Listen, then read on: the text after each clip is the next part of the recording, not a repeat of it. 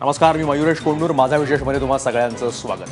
स्वातंत्र्योत्तर भारतामध्ये ज्या प्रश्नानं सर्वाधिक धार्मिक, सामाजिक आणि राजकीय दूरगामी परिणाम केले, एका देशाच्या आयुष्यावर असे परिणाम केले आणि यापुढेही तो करत राहील, असा प्रश्न म्हणजे अयोध्येच्या राम मंदिराचा प्रश्न. या देशातल्या प्रत्येक व्यक्तीच्या आयुष्यावर, मग तो कोणत्याही श्रद्धेचा असो, रामायणाचा जसा परिणाम असतो तसाच गेल्या 25 वर्षांमध्ये जे जन्मले वा या काळामध्ये मोठे झाले त्यातल्या प्रत्येकावर राम मंदिराच्या प्रश्नाचा परिणाम आहे, नाकारता येत नाही. आणि ही अतिशयोक्ती बिलकुल ठरणार नाही. वास्तविक आध्यात्मिक विणीच्या या देशामध्ये सर्वोच्च प्रतीक असलेल्या श्रद्धेचं, रामाच्या मंदिराचा प्रश्न आदरानं सुटावा अशी अपेक्षा कोणीही केली असती, या देशातल्या किंवा बाहेरच्या. पण सोबतच या देशामध्ये अनेकविध धार्मिक, ऐतिहासिक, सामाजिक जाणीवांची, भावनांची अशी काही चमत्कारिक वीण आहे, मिश्रण आहे की तिने ही सारी अपेक्षा फोल ठरवली. प्रश्न रखडला आणि त्याचे गंभीर परिणाम भारतीय जनमानसावर, समाजमानसावर झाले, होत आहेत. आज सुप्रीम कोर्टानं तीच सामंजस्याची आणि आदराची अपेक्षा पुन्हा एकदा व्यक्त केली आहे. न्यायालयीन प्रक्रियेच्या अंतिम टप्प्यावर पोहोचल्यावर सरन्यायाधीशांनीच चर्चा करून तोडगा काढावा असं म्हणणं हे खूप महत्त्वाचं आहे. आणि त्याहीपेक्षा जास्त महत्त्वाचं आहे ते म्हणजे, आणि यापूर्वी कधी घडलेलं नाही आहे, ते म्हणजे गरज पडल्यास न्यायालयानंच मध्यस्थ म्हणून चर्चा घडवून आणण्याची दाखवलेली तयारी. ज्यांनी न्याय करायचा आणि एका बाजूनं कौल द्यायचा त्यांनीच या प्रश्नाची संवेदनशीलता मान्य करत मध्यस्थीची जी भूमिका स्वीकारली, मान्य केली आहे, ते जास्त महत्त्वाचं आहे. काय स्वातंत्र्योत्तर भारतातला सगळ्यात जास्त किचकट, क्लिष्ट असा प्रश्न कायमस्वरूपी सुटण्याच्या मार्गावर आहे? हाच आपला आजचा सवाल आहे. आणि चर्चा झाली तर राम मंदिराचा प्रश्न सुटू शकतो का? आपल्यावर चर्चेसाठी आहेत काँग्रेसचे खासदार हुसेन दलवाई, दिल्लीहून आपल्यासोबत आहेत. भाजपचे आमदार आहेत अतुल भातखळकर. त्यासोबत राजकीय घडामोडींचे विश्लेषक अविनाश धर्माधिकारी पुण्याहून आपल्यासोबत आहेत. आणि ही सगळी 25 वर्ष त्या ठिकाणी जाऊन प्रत्यक्ष रिपोर्टिंग केलेले आणि विश्लेषण करणारे ज्येष्ठ राजकीय विश्लेषक प्रताप आजबे हेही आपल्यासोबत आहेत. तुम्हा सगळ्यांचं स्वागत. सुरुवातीला जाऊयात अतुल भातखळकरांकडे. भातखळकर सर, राम मंदिराचा प्रश्न बीजेपीच्या मॅनिफेस्टोमधनं दूर जाऊन बरीच वर्ष झालेली आहेत, पण केंद्रामध्ये बहुमताचं सरकार आणि आता उत्तर प्रदेशातही बहुमताचं सरकार, त्याच्यामुळंच हा प्रश्न पुन्हा एकदा चर्चेला आलाय का? चर्चेचा सामंजस्याची भाषा बोलली जाते का? आणि जर शक्यता निर्माण झाली असेल हा प्रश्न कशाही प्रकारे सुटण्याची, तर ती याच्यामुळे झाली आहे का?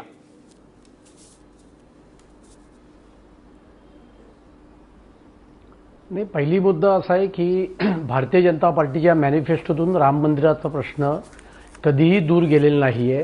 तो यावेळीच्या मॅनिफेस्टोत सुद्धा होता आणि त्यामुळे तो दूर गेल्यावरही ही काही वस्तुस्थिती नाही तुमचं म्हणणं.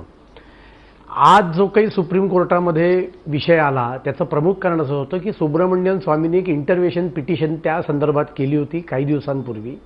आणि त्यांनी अशी मागणी केली होती की सुप्रीम कोर्टाने या प्रश्नाची केस जी सुप्रीम कोर्टासमोर प्रलंबित आहे त्याचं हिअरिंग, त्याचा नंबर जेव्हा येईल त्यावेळेला करण्यापेक्षा हा प्रश्नाचं महत्त्व लक्षात घेऊन आउट ऑफ टर्न जाऊन या गोष्टीचं हिअरिंग, या केसचं हिअरिंग त्याने डे टू डे बेसिसवर त्वरित करावं अशी मागणी करणारी एक पिटिशन सुब्रमण्यन स्वामींनी सर्वोच्च न्यायालयात काही महिन्यांपूर्वी किंवा वर्षभरापूर्वी केली होती. आणि त्या संदर्भातल्या पिटिशनवर आज निर्णय देताना सर्वोच्च न्यायालयाने अत्यंत चांगलं अशा स्वरूपाचं मत व्यक्त केलं की हा प्रश्न सामंजस्याने सुटावा आणि हा सामंजस्याने सुटण्याकरता नाही, पण अशा प्रकारचं सामंजस्य होईल का? ओढाताण होणार नाहीये का? सर्व स्वामींनी उत्तर प्रदेशचा निकाल आल्यालाच ट्विट केलं होतं की आता मी चाललो आहे सरकारमध्ये. वारंवार भाजपचं केंद्रामध्ये सरकार आल्यावर पण ते वारंवार याविषयी बोलतायत. ही प्रक्रिया फास्ट करण्याच्या बाबतीमध्ये भाजपची भूमिका बदलली आहे का? त्यांना असं वाटतं खरंच तोडगा निघतो का? आणि भाजपपेक्षाही संघाला असं वाटतं का, विश्व हिंदू परिषद असेल जी जास्त अग्रेसिव्ह होती या सगळ्या मुवमेंटमुळे, सामंजस्याची भूमिका याच्या अगोदर घेतलेली आणि किती ताणलं गेलं हे आपण बघितलेलं आहे, पण आता खरोखर सामंजस्य निघू शकतं असं वाटतं संघ परिवाराला?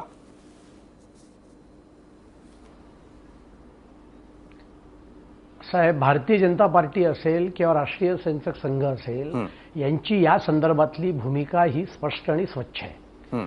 ती अशी आहे की त्या जागेवर श्रीरामाचा जन्म झाला ही या देशातल्या लक्षावधी करोडो हिंदूंची भावना आहे आणि याची न्यायालयामध्ये जाचपणी करता येणं शक्य नाही. ती आमच्या भावनेचा प्रश्न आहे आणि आम्ही ते मानतो.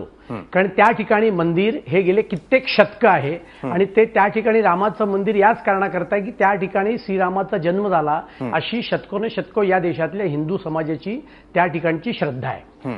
न्यायालयातला जो प्रश्न आहे तो लिगल भाषेत बोलायचा तो टायटल सूट आहे. त्या ठिकाणची जागा जी आहे ती कोणाची आहे? ती बाबरी मशीद ॲक्शन कमिटीची आहे का त्या हिंदू समाजाचा जो श्रीराम ट्रस्ट आहे त्या ट्रस्टची जागा आहे? हा टायटल सूट या न्यायालयामध्ये प्रलंबित आहे. हा प्रश्न सोडवण्याचे तीन मार्ग आहेत. एक, जेव्हा केव्हा उच्च न्यायालयातली पिटिशन सर्वोच्च न्यायालयात गेली आहे, त्याचा सर्वोच्च न्यायालयाचा अंतिम निर्णय आला, तो जो काही निर्णय लागेल तो निर्णय स्वीकारणं हा एक मार्ग आहे.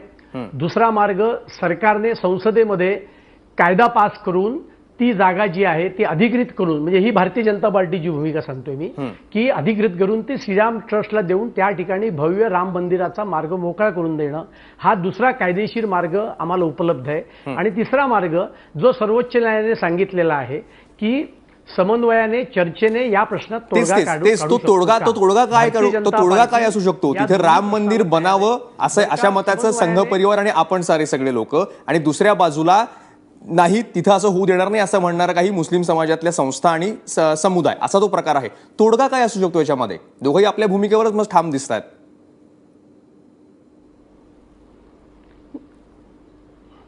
नाही, भारतीय जनता पार्टी तर या भूमिकेवर ठाम आहे की त्या ठिकाणी श्रीरामाचं भव्य मंदिर उभं राहिलं पाहिजे, ही भारतीय जनता पार्टीची भूमिका आहे.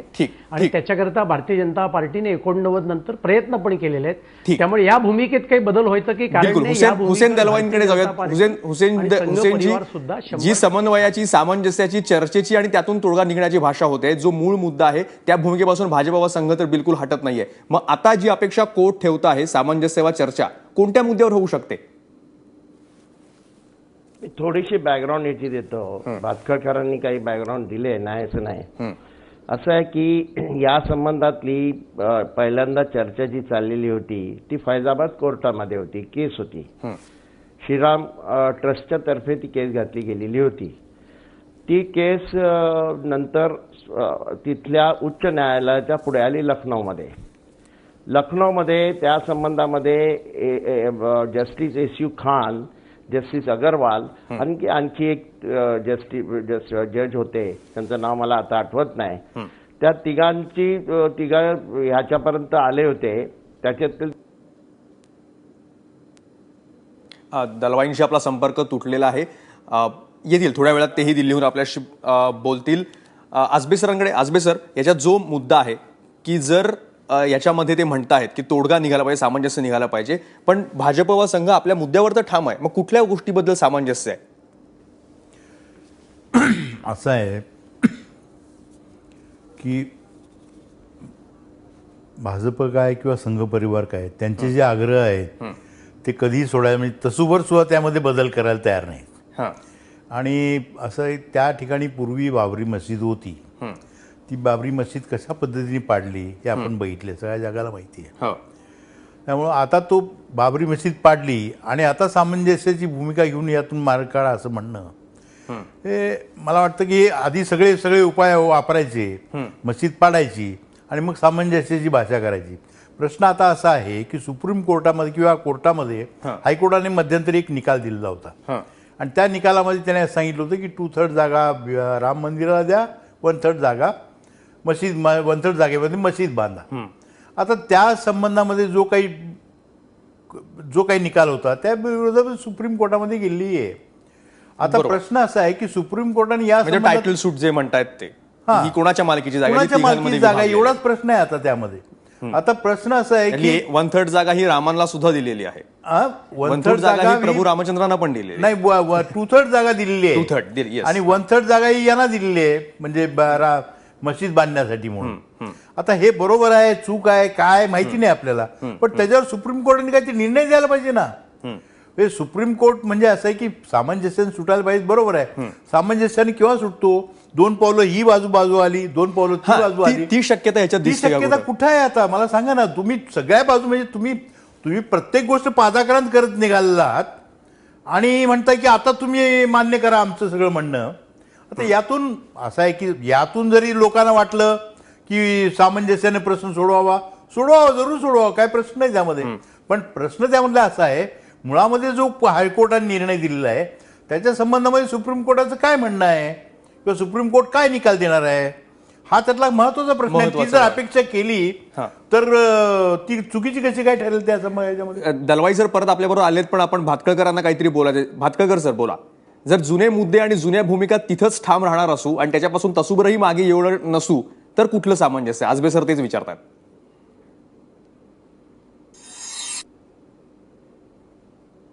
नाही, म्हणून मी सुरुवातीलाच म्हटलं की सामंजस्याची भूमिका याचा अर्थ असा आहे की आमची एक भूमिका आहे आणि त्या ठिकाणच्या काही लोकांची, काही व्यक्तींची आणि बाबरी ॲक्शन कमिटी जी हो, 1985 त्यांची बरोबर विरुद्ध भूमिका आहे. फॉर्म झाली होती, ज्या बाबरी ॲक्शन कमिटीला कम्युनिस्ट त्यांची विरुद्ध भूमिका आहे आणि बाबरी ॲक्शन कमिटीला कम्युनिस्ट पक्षापासून सगळ्यांचा पाठिंबा होता.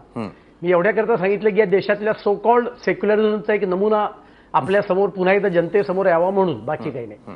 त्यातला मुद्दा एवढाच आहे की आम्ही आमच्या भूमिकेवरनं ठाम आहोत. आम्ही त्याकरता आंदोलनं केली. एक देशामधलं फार मोठं आंदोलन त्या ठिकाणी उभं राहिलं आणि त्याच्यामुळे मी जो हात वर केला तो एवढ्याच करता, ज्याची दुरुस्ती स्वतः आजबेनीच नंतर केली, की उच्च न्यायालयाचा निर्णय जो असा आलेला आहे की त्या ठिकाणी 2/3 जागा जी आहे ती राम मंदिराकरता दिली पाहिजे आणि त्या ठिकाणी जे काही अवशेष सापडले उत्खनन केल्यानंतर उच्च न्यायालयाच्या याच्याखाली याच्यानुसार त्या ठिकाणी प्राचीन मंदिर होतं, या निष्कर्षापाशी उच्च न्यायालयाने तशा स्वरूपाचा निर्णय दिलेला आहे.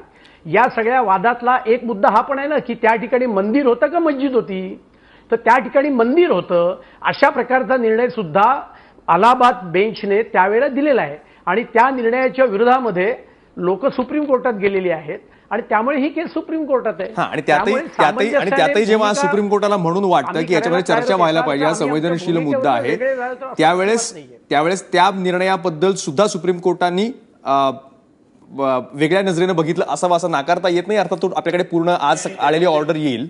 खरं म्हणजे असं आहे ना की तो जो तिथं मंदिर होतं की हे होतं याचा निर्णय म्हणजे शेवटी असं आहे की आर्किओलॉजिस्टच घेणार ना. अर्थात. आणि मला असं वाटतं त्या संबंधामध्ये मतभेद आहेत अजूनही, ते काही मिटलेलं नाही अजूनही. आणि म्हणूनच चर्चा किंवा सामंजस्य याचा मार्ग सुप्रीम कोर्ट सुचवतंय, कारण ते सगळे पूर्ण मान्यता करता येतात किंवा नाही याच्याबद्दल त्यांचाही प्रश्न तो आहे. येतो मी भातखळकर सर, येतो तुमच्याकडे. दलवाई सर, तुम्ही काही मगाशी बोलत होतात, आपलं बोलणं पूर्ण करा. आणि तोच प्रश्न आहे की जर जुन्याच भूमिका 25 वर्षांपासून हा प्रश्न तिथंच त्याच जागी ठेवण्यासाठी ज्या भूमिका जुन्या आड येत आहेत त्याच जर बदलणार नसतील तर मग कुठली चर्चा आणि कुठलं सामंजस्य? नाही, मी थोडीशी बॅकग्राऊंड देत होतो की या संबंधात भातखळकर बरंचसं बोललेले आहेत. टायटल सूटच गेलेली होती श्रीराम ट्रस्टच्या तर्फे. याच्या बाबरी ॲक्शन कमिटी आणि ते असं तो झगडा आहे. त्यानंतर त्याच्यामध्ये लखनौ हायकोर्टामध्ये निर्णयापर्यंत आलेले असताना आणखी एक ग्रस्त सुप्रीम कोर्टात गेले आणि सुप्रीम कोर्टामध्ये खरं म्हणजे आपल्याला सगळ्यांना माहिती आहे त्यावेळेला 2 जज होते. एक म्हणजे जस्टिस रवींद्रन आणि दुसरे जस्टिस हेमंत गोखले, जे महाराष्ट्रातले आहेत, सगळ्यांना ओळखीचे आहेत. आणि ते हेमंत गोखले आणि रवींद्रन यांच्यामध्येही मतभेद झाले. जस्टिस हेमंत गोखलेंचं म्हणणं असं होतं की पुन्हा एकदा आपण संधी द्यावी आणि हे जर सेटलमेंट याची कोर्टाच्या बाहेर होत असेल तर ती व्हावी, प्रयत्न करावेत. हो, तर तसा प्रयत्न केला गेला पाहिजे. त्याला रवींद्रन म्हणाले आता काय हे जर निर्णयाप्रत आलेली गोष्ट आहे, निर्णयाप्रत गोष्ट आलेली आहे, त्याच्यामध्ये पुन्हा ते त्याच्यामध्ये कसली सेटलमेंट, बाहेर सेटलमेंट कशी काय होणार, असे ते मतभेद होते. तरी त्या संबंधामध्ये विचार केला गेला, परंतु दुर्दैवानं त्याच्यातून काही निघालं नाही. तेव्हा ती परत केस ह्याच्यापर्यंत गेली, हायकोर्टापर्यंत गेली. हायकोर्टात गेल्यानंतर, लखनौच्या हायकोर्टात गेल्यानंतर जस्टिस एस यू खान आणि जस्टिस अगरवाल या दोघांनी तो निर्णय दिला ज्याचा भातखळकर उल्लेख करतात. ते बरोबर आहे की 1/3 जागा ही मशिदीसाठी द्यावी, 2/3 जागा ही ह्याच्यासाठी द्यावी, मंदिरासाठी द्यावी. आणि खरं सांगायचं तर तिथे काही तिथल्या लोकांचं, काही न हिंदूंचा न मुसलमानांचा काही झगडा आहे असं नाही. बाहेरचे लोकांनी जाऊन तो झगडा निर्माण केलेला आहे, हे आपण लक्षात घेतलं पाहिजे. आज त्याच्यामध्ये जर पुन्हा सुप्रीम कोर्ट असं म्हणतं, कुठे ना कुठेतरी सुप्रीम कोर्टाला असं वाटतं की हे सामंजस्याने हे मिटावं. आता हे सामंजस्याने मिटायचं झालं तर 1-2 ज्या पार्ट्या आहेत त्यांनी जर ठाम भूमिका आपली जर ठेवली तर ते निघू शकणार नाही, मला मान्य आहे. परंतु मला असं वाटतं, भातखळकरांना त्याची कल्पना नसेल, कदाचित ह्या संबंधामध्ये आजचं सरकार हे भाजपचं आहे इथे केंद्रामध्ये आणि तिथे आता या भाजपचं सरकार आलेलं आहे. त्यांनी जर या संबंधात इनिशिएटिव्ह घेतला तर मला असं वाटतं याच्यातून काही तोडगा निघू शकतो. आणि मी असं म्हणेन तोच काय इनिशिएटिव्ह घेतला पाहिजे. आणि दोन्ही ठिकाणी एकाच पक्षाचं बहुमतातलं सरकार, ज्या पक्षाची भूमिका मंदिराच्या बाजूने आहे, तर तोडगा निघू शकतो का? असं असं आहे, शेवटी या देशामध्ये मंदिराच्या आणि मशिदीच्या प्रश्नावर किती दिवस भांडत राहायचं. या देशाची आपल्याला उन्नती करायची आहे, या देशामध्ये विकास करायचा आहे, या देशाला जगामध्ये एक नंबरचं हे स्थान निर्माण करायचं आहे. असं एका बाजूला बोलायचं आणि दुसऱ्या बाजूला समाजामध्ये दरार निर्माण करून सतत भांडत ठेवायचं. मला असं वाटतं की या संबंधात भाजपमध्ये सुद्धा काही मंडळी अशी आहेत जी सामंजस्याने हा प्रश्न सोडावा, सन्मानाने सोडावा असं आहे. मी एवढंच म्हणेन, बाबरी मशिदींनी सुद्धा या मशिदी ऍक्शन कमिटीने सुद्धा या संबंधामध्ये सामंजस्याची भूमिका घेतली पाहिजे. आता मी काय किंवा प्रताप आजबे काय, आम्ही एका कुठल्या तरी भूमिकेवर ठाम आहोत असं आमची मूळच भूमिका नाही आहे. म्हणजे माझी तरी भूमिका याच्या संबंधामध्ये सामंजस्याने हे प्रश्न मिटावा अशी आहे. आणि या देशामध्ये अशा रीतीचे प्रश्नही सामंजस्याने आधीही मिटलेले आहेत. समाजामध्ये त्या अर्थाने फार मोठं झगडा आहे असं समजण्याचं कारण नाही. ती जी सामंजस्य भूमिका असेल, तो मुद्दा असेल, जर कोणी एक पाऊल मागे जायचं असेल, कोणी एक पाऊल पुढे यायचं असेल, तर ते नेमकं काय होऊ शकेल? अविनाश धर्माधिकाऱ्यांकडे जाऊया. धर्माधिकारी सर, तुम्ही या सगळ्या आतापर्यंत भूमिका ऐकल्यात, मूळ भूमिकेपासून जर आपण मागे गेलो नाही, त्याच जुन्या भूमिका 25 वर्षांच्या कायम ठेवल्या, तर कुठल्याही मुद्द्यावर एकमत होणं शक्य होईल का? ते थोडं अवघडच वाटतंय. पहिला मी माझा अनुभवातून तयार झालेला एक पक्का विश्वास बोलून दाखवतो. ठीक, ओके. मी लाईव्ह टीव्हीवर बोलतोय, हे रेकॉर्डिंग राहणार आणि भविष्य काळात काय घडेल त्यानंतर हे पुन्हा पाहता पण येईल. पण हा प्रश्न सामंजस्याने निश्चितपणे सुटेल यावर माझा पक्का विश्वास आहे. कशा रीतीने? मग हे थोडंसं काळाच्या ओघात केवळ दोन्ही समुदाय नव्हे तर सारा भारत देश एक आहे या भावनेने एकत्र येऊन आणि सर्वोच्च न्यायालय म्हणतंय तसं त्यांनी जर मध्यस्थी केली खरंच, ती सर्वांनी मान्य केली खरोखरच, तर सामंजस्याने सुटण्याचं आणखी एक पाऊल पडेल आणि त्याला एक घटनात्मक वैधता सुद्धा प्राप्त होईल. एक निपक्षपाती झाल्याचं सर्वांनाच वाटायला अधिक मदत होईल. तेव्हा ह्या प्रक्रियेचं सर्वांनी स्वागत केलं पाहिजे. आता आतापर्यंत ऐकलेल्या चर्चेतले मात्र मला काही मुद्दे ते वस्तुनिष्ठरित्या थोडे जरा सांगायला पाहिजेत. एक म्हणजे हा काही नुसता टायटलचा वाद नाही, त्याच्याहून जास्ती सखोल आहे. अलाहाबाद हायकोर्टाने त्या सखोल प्रश्नांचा विचार करून निकाल दिला, एकमतानीय निकाल, की राम नावाची जी कोणती व्यक्ती आहे ती घटना आणि कायद्याच्या दृष्टीने एक व्यक्ती आहे आणि ते तिचं जन्मस्थान आहे हे एकमताने सांगितलंय. मंदिरावरच मशीद बांधण्यात आली हे एकमताने सांगितलंय. तिघातल्या 2 न्यायाधीशांनी मत व्यक्त केलं की मंदिर पाडून मशीद बांधण्यात आली. एक न्यायाधीश म्हणले की पाडूनच खात्रीने म्हणता येत नाही, पण तिथे भग्न अवस्थेमध्ये मंदिर होतं त्यावर मशीद उभी केलेली आहे की जे इस्लामला सुद्धा मंजूर नाही. पण अंतिमतः दिलेला निकाल अलाहाबाद हायकोर्टाचा एकमताने आहे आणि त्यांनी वाटणी 1/3 करून एक सामंजस्याचा मार्ग काढून दिला. ही गोष्ट 2010 मधली आहे. अलाहाबाद हायकोर्टाने निकाल दिल्यावर सर्वांनीच त्याचं स्वागत केलं. मी याची आठवण करून देऊ इच्छितो की संघाचे सुद्धा सरसंघचालक मोहन भागवत त्यावेळी म्हणाले की कोणीच आपला विजय झाला असं उगाच उन्माद करू नये आणि आता हा प्रश्न आपण सामंजस्याने मिटवू. त्यावेळचे मशिदीचे जे पुजारी मौलवी हाशिम अन्सारी, ज्यांना मी भेटलेलो आहे, त्यांनी सुद्धा अभिप्राय व्यक्त केला की माझा कुठलाही दुराग्रह नाही, मी माझ्या हिंदू बांधवांना हे द्यायला तयार आहे, आनंदाने तिथे मशीद व्हावी, आपण एकात्मतेचा एक नवा अध्याय सुरू करू. यावर all India Muslim personal law board AIMPLB हे सुप्रीम कोर्टात अपिलात गेले. All India Muslim personal law बोर्डची केस अलाहाबाद हायकोर्टाने केसच बाजूला फेकून दिलेली आहे. म्हणजे त्याला कायद्याचा शब्द आहे की अलाहाबाद हायकोर्टाने सांगितलं या केसमध्ये यायचा तुम्हाला कोणता कायदेशीर अधिकारच नाही. इंग्लिश किंवा कायद्यातला शब्द लोकस स्टँडी. त्यांचे वकील जफरयाब जिलानी यांनी हा निकाल मान्य न करता सुप्रीम कोर्टात गेले, म्हणून आज ती केस सुप्रीम कोर्टात आहे. अन्यथा सामंजस्याने पूर्वी सुद्धा ती कधी सुटली असती. मला अजूनही विश्वास आहे की हे सामंजस्य दाखवण्या एवढं शहाणपण भारतातला हिंदू समाज पण आणि भारतातला मुस्लिम समाज पण या दोघांकडे आहे.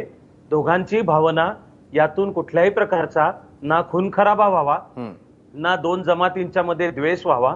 याचं कारण हा विकासाच्या पथावर असलेला भारत आहे, तो तसाच हिंदू आणि मुस्लिम समाजांना हवा आहे ह्याची मला खात्री आहे, म्हणून मी विश्वास व्यक्त पण करतो पण म्हणजे म्हणजे पूर्वीच्या जुन्या वृक्ष ज्या अनेक वर्षांपासून ज्या आड येणाऱ्या भूमिका आहेत त्याच्यामध्ये थोडी तरी फ्लेक्झिबिलिटी, लवचिकता दाखवावी लागेल दोघांना. आता मला निश्चित त्याची खात्री, आता हे कायदे पुरावे, मी आणखी एका गोष्टीची आठवण करून देतो. 1990 मध्ये चंद्रशेखर पंतप्रधान होते आणि त्याच्या आधी या प्रश्नावर देशाचं वातावरण तापलं होतं. रथयात्रा, लालू प्रसादने अडवाणीजींना अटक केली वगैरे सगळे. चंद्रशेखर यांनी स्वतः पुढाकार घेऊन यातल्या संबंधित बाजूंना टेबल्सच्या समोर बोलवलं आणि सांगितलं की डोकी गरम करून आणि भावनांवर आपल्याला हे करायचं नाहीये. हार्ड इतिहासाचे साक्षी पुरावे, आर्किओलॉजी, तिथे काय होतं ह्याच्यात, तर देशातला टेम्पर खाली आलेलं होतं त्यावेळेस. तसंच जर ऐतिहासिक निकष आणि या आधारावर झालं आणि शिवाय सामंजस्य, ज्याचा मी पुन्हा पुन्हा विश्वास व्यक्त करतोय, तर हा प्रश्न निश्चित सुटून उलटा भारतात एक हिंदू मुस्लिम एकात्मतेचा नवा अध्याय सुरू होईल यात बिलकुल शंका नाही. आणि सगळ्यांना मला वाटतं अपेक्षा तीच आहे, सगळ्यांची इच्छा पण ती आहे की 25 वर्ष खूप झालं, त्याचे जे काही गंभीर परिणाम झाले, जे व्हायला नको होते, ज्या गोष्टी घडायला नको होत्या त्याही बऱ्याचशा घडलेल्या आहेत, त्या पुन्हा घडायला नकोत असंही प्रत्येकाला वाटत असेल तर कुठले मार्ग असू शकतील. येतो भातखळकर सर, एक छोटासा ब्रेक घेऊयात आणि कोणते मार्ग असू शकतील जर आपल्याला यातून काढायचे आहे सामंजस्यावर, त्या शक्यतांवर आपण थोडं बोलणार आहोत. पण एक ब्रेक घेऊयात. तुम्ही पाहत राहा एबीपी माझा.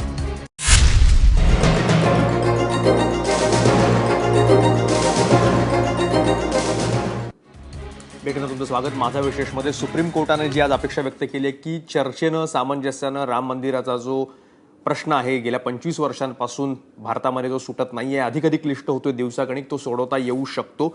अतुल भातखळकरांकडे जाऊयात. भातखळकर सर, तुम्ही पण काही मगाशी मुद्दा मांडत होता, पण त्याच्या अगोदर एक आठवण की हे काही पहिल्यांदा होत नाही, याच्या पूर्वी सुद्धा अनेकदा झाले. म्हणजे ब्रिटिश काळामध्ये सुद्धा याच्यामध्ये सामंजस्यानं ह्याच्यावर तोडगा काढण्याचे प्रयत्न झाले. नंतर जेव्हा राम मंदिराचा मुद्दा चर्चेवर आला, आंदोलन सुरू झालं राम जन्मभूमीचं, त्याच्यानंतर चंद्रशेखर सरकारच्या काळामध्ये प्रयत्न केले होते. पी.व्ही. नरसिंहरावांनी सुद्धा जेव्हा सगळं प्रकरण 92ला एकदम तापलेलं होतं, पंतप्रधान होते, त्यांनी या लोकांना एकत्र बसून समोरासमोर बोलून प्रश्न काढायचे प्रयत्न केले. 2002 मध्ये वाजपेयींनी पुढाकार घेतलेला होता.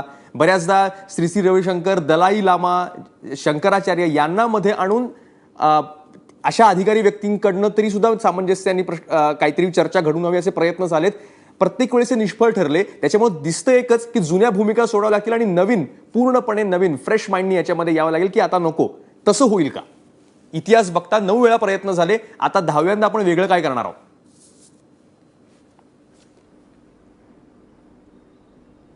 नाही, म्हणूनच मी मगाशी हात वर केला होता, कारण आपल्या स्क्रीनवर दाखवतायत की गेले 65 वर्ष चिघळत असलेला प्रश्न नाही, तो खरं तर ब्रिटिश काळामध्ये जातो नाहीये. हा 15व्या शतकामध्ये जेव्हा मंदिर पाडलं गेलं तेव्हापासून या विषयातलं, हो बरोबर ना. म्हणून तुम्ही त्यामुळे हा शतकाचा प्रश्न आहे. हा प्रश्न काही 89 साली 90 साली निर्माण झालेला प्रश्न नाहीये. आणि त्यामुळे याचा जर का इतिहास आपण पाहिला तर इतिहास याचा फार मोठा आहे. आणि या इतिहासावरूनच हे लक्षात येतं की त्या ठिकाणी वर्षानुवर्ष गेले कित्येक शतक हिंदूंच्या भावना त्या विशिष्ट भूभागाशी निगडीत आहेत.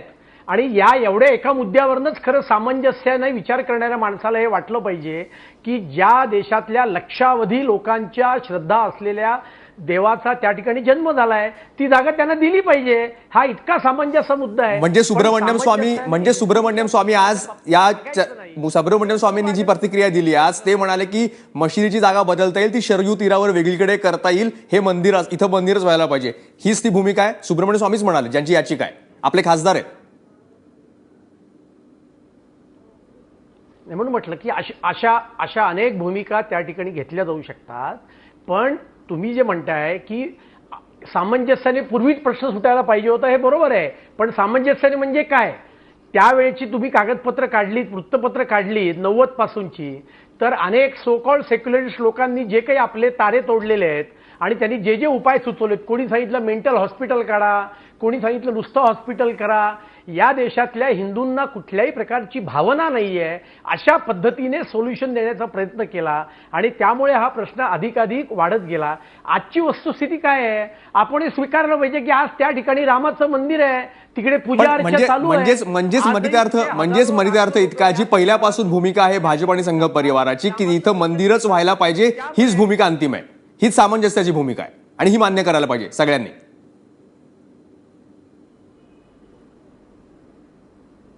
100% आणि आमच्या दृष्टीने हा चर्चेचाही मुद्दा नाही. बरोबर. हुसेन दलवाई हीच ती अंतिम भूमिका आहे आणि हीच ती सामंजस्याची भूमिका आहे. सुब्रमण्य स्वामींच्या बोलण्यात पण तीच होते.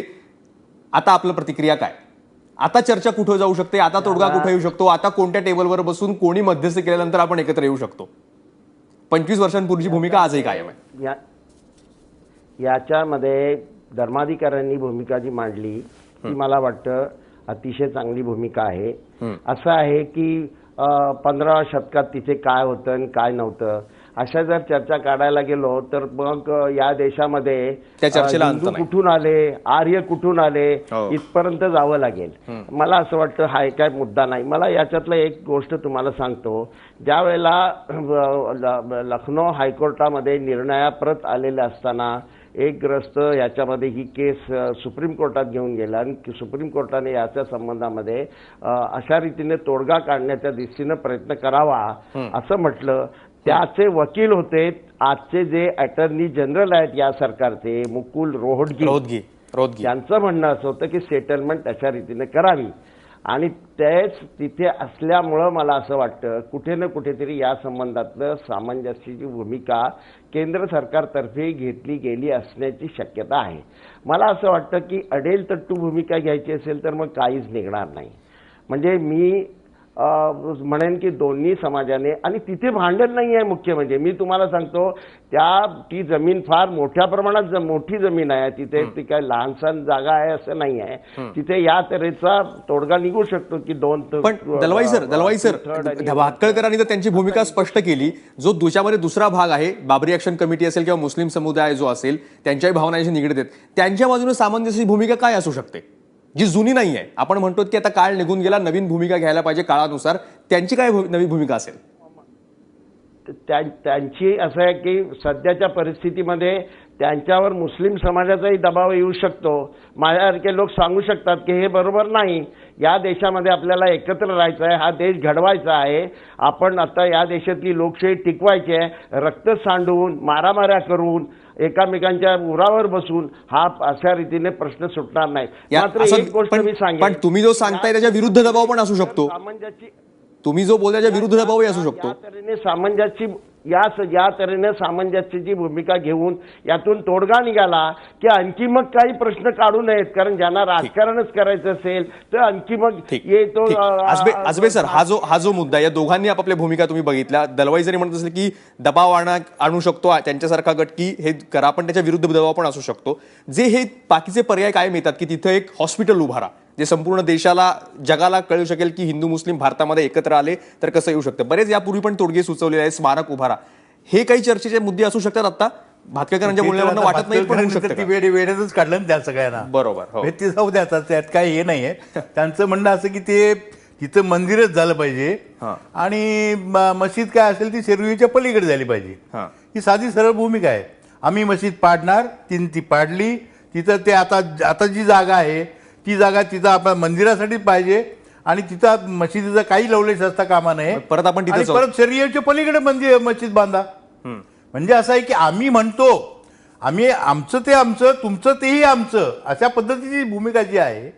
आणि हे जर सामंजस्य असेल तर हे सामंजस्य, याला सामंजस्य म्हणत असतील तर मला या सामंजस्याच्या कल्पनेबद्दल मला माफ करा, मला ही कल्पना मान्य नव्हत ना. धर्माधिकाऱ्यांकडे जाऊ. शेवटचे अगदी काय म्हणतात सर, तुम्ही याचा निष्कर्ष, जे विश्लेषणाचा शेवटचा निष्कर्ष आहे तो तुम्ही करा. म्हणजे आपण परत तिथंच आहोत, परत 25 वर्षांनी आपण त्याच मुद्द्यावर बोलतो आहोत. काय याच्यामध्ये पुढे होऊ शकतं की जसं सरन्यायाधीश म्हणतात की शेवटी त्यांनाच आता मध्यस्थ्यासाठी बेंचवरून खाली येऊन बसावं लागेल, तशीच अवस्था शेवटी येईल का? मयुरेश, पहिली गोष्ट म्हणजे तिथे रामाचं मंदिर व्हावं. अच्छा, असं हाशिम अन्सारी सुद्धा म्हणाले की मी माझ्या हिंदू बांधवांच्या श्रद्धेखातर आनंदाने हे देतो, हे तुम्ही घ्या, मला 1/3 सुद्धा नको. असं हाशिम अन्सारींनी भूमिका घेतल्यावर मग त्या केसमधले जे हिंदू आहेत त्यांनी घेतली की मग आपण सगळे मिळून शरयूच्या काठावर एक छान आधुनिक जी भारताच्या एकात्मतेचे प्रतीक ठरेल अशी आपण पण मस्जिद उभी करू. अच्छा, म्हणजे अशी सामंजस्याची भूमिका 2010 पासून आहे. मी तर हे अनुभवाने सांगतो की भारतीय मुस्लिम समाज सुद्धा रामाचा आदर करतो, तो भारतीय आहे. नाकारताच येत नाही. आपण अयोध्येत मथुरेमध्ये गेल्यावर सुद्धा ते आपल्याला दिसतं. हो, मुठभर धर्मांध मुस्लिम आणि खरं म्हणजे सेक्युलर वादाच्या भ्रमिष्ट संकल्पनेमुळे त्यांना पाठिंबा देणारे काही थोडे, हे काही भारतीय मुस्लिमांचे प्रवक्ते नाहीत. कबीराचा संस्कार आहे हिंदी बेल्टवर, राम रहीम एक आहे हे समजतं, तेव्हा एकमेकांच्या श्रद्धांचा आदर आहे. मी IAS झालो त्या वर्षी म्हणजे 1986, त्याच्या आधी मी कार्यकर्ता म्हणून वावरत होतो, लेखन करत होतो. मला कळलं की आता काही आपल्याला अशा विषयांवर करता येणार नाही. तर असा एक विषय की जो देशाच्या दृष्टीने पुढचा महत्वाचा आहे, तो मी हा सगळा राम जन्मभूमीचा विषय त्यावेळी अभ्यास केला. मी इस्लामचा अभ्यास अलीगडमध्ये थांबून केला. अच्छा. तर इस्लामचे प्राध्यापक हबीब रसूल आणि अलीगड मुस्लिम विद्यापीठातले इतिहास विभागाचे प्रमुख इरफान हबीब, की ज्यांची विचारधारा मार्क्सवाद आहे, ते मार्क्सवादी कार्ड होल्डर सदस्य आहेत. 1986 मध्येच दोघांनीही व्यक्त केलेला अभिप्राय आहे की भारतात हिंदू मुस्लिम एकात्मतेचा नवा अध्याय सुरू करायची ही फार मोठी संधी आहे. एका जमिनीच्या तुकड्याने काय भारतातला इस्लाम धोक्यात येत नाही. आनंदाने करोडो हिंदूंच्या श्रद्धेचा आदर म्हणून ही जमीन तिथं मंदिर करायला द्यावी, असं त्याही वेळी त्यांनी मांडलं. मला हा विश्वास आहे की सुप्रीम कोर्ट घेतंय ती सामंजस्याच्या भूमिकेमुळे हा प्रश्न सुटेल आणि भारताचा एक नवा अध्याय चालू होईल. बिलकुल बिलकुल, यात बिलकुल शंका नाही. आणि अशी संधी वारंवार येत नसते. शतकानुशतकं थांबलेला, एकमेकांमध्ये अडकलेला हा जो प्रश्न आहे, क्लिष्ट प्रश्न आहे, सोडण्याची संधी वारंवार येत नसते. 25 वर्षापूर्वी ती एकदा आली होती, ती वेगळीकडे कुठल्या दिशेला गेली आपल्याला माहिती आहे. त्यामुळे जशी ती संधी त्या अभिप्रायामध्ये इरफान हबीबांनी धर्माधिकारी सरांना सांगितलेल्या अभिप्रायामध्ये त्या संधीचा उल्लेख होता, ती संधी कदाचित आपल्याला परत मिळते आहे. ते सामंजस्य, ती प्रगल्भता आता आपले सगळे नेते आणि जे त्या प्रश्नाशी संबंधित ते सगळे लोक दाखवतात का, याकडे आपल्या सगळ्यांचं लक्ष आहे. अपेक्षा सगळ्यांची हीच असेल की जे त्या 25 वर्षामध्ये नको भोगायला पाहिजे ते परिणाम या प्रश्नामुळे आपण भोगले, ते नष्ट होतील आणि पुन्हा एकदा सामंजस्याचा एक नवा अध्याय आपण सगळे समोर घालून देऊ. आणि त्याचं प्रतीक, त्याचं ठिकाण अयोध्या असेल अशी आपण अपेक्षा केली तर काही चूक गोष्ट असणार नाहीये. काय होतंय पुढे आपली नजर असणार आहे. आपल्या सगळ्या या मान्यवरांचे आभार मानतो की चर्चेमध्ये सहभागी झाले. माझा विशेषमध्ये वेळ झाली इथंच थांबण्याची. तुम्ही पाहत रहा ABP.